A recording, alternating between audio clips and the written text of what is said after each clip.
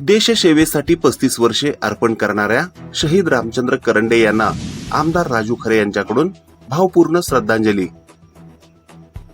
देशसेवेचे कर्तव्य बजावत असताना जखमी झालेले आणि उपचारादरम्यान वीरमरण आलेले केंद्रीय राखीव पोलीस दलाचे सब इन्स्पेक्टर रामचंद्र निवृत्ती करंडे यांना आमदार राजू खरे यांनी प्रत्यक्ष भेट देऊन भावपूर्ण श्रद्धांजली वाहिली. तब्बल 35 वर्षे देशसेवेसाठी आपले आयुष्य वेचणाऱ्या या सुपुत्राच्या निधनाने संपूर्ण उत्तर सोलापूर तालुक्यासह परिसरावर शोककळा पसरली आहे. कुटुंबियांचे सांत्वन आणि धीर. 21 एप्रिल रोजी आमदार राजू खरे यांनी शहीद करंडे यांच्या निवासस्थानी जाऊन त्यांच्या कुटुंबियांची भेट घेतली.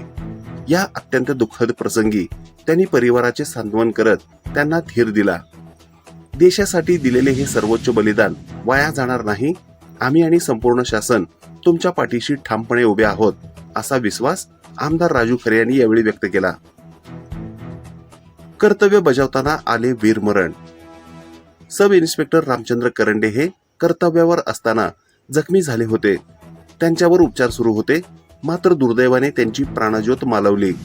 त्यांच्या पश्चात पत्नी, 3 मुली आणि 1 मुलगा असा मोठा परिवार आहे.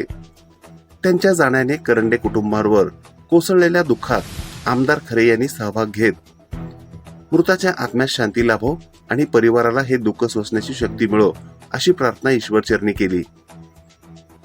उपस्थित मान्यवर या प्रसंगी शहीदाला अभिवादन करण्यासाठी आणि कुटुंबाला आधार देण्यासाठी सुखदेव करंडे, सोमनाथ करंडे, शशिकांत करंडे, उमाकांत करंडे, विजय करंडे, आकाश गजगाठे, प्रवीण पाटील यासह ग्रामस्थ व पदाधिकारी मोठ्या संख्येने उपस्थित होते.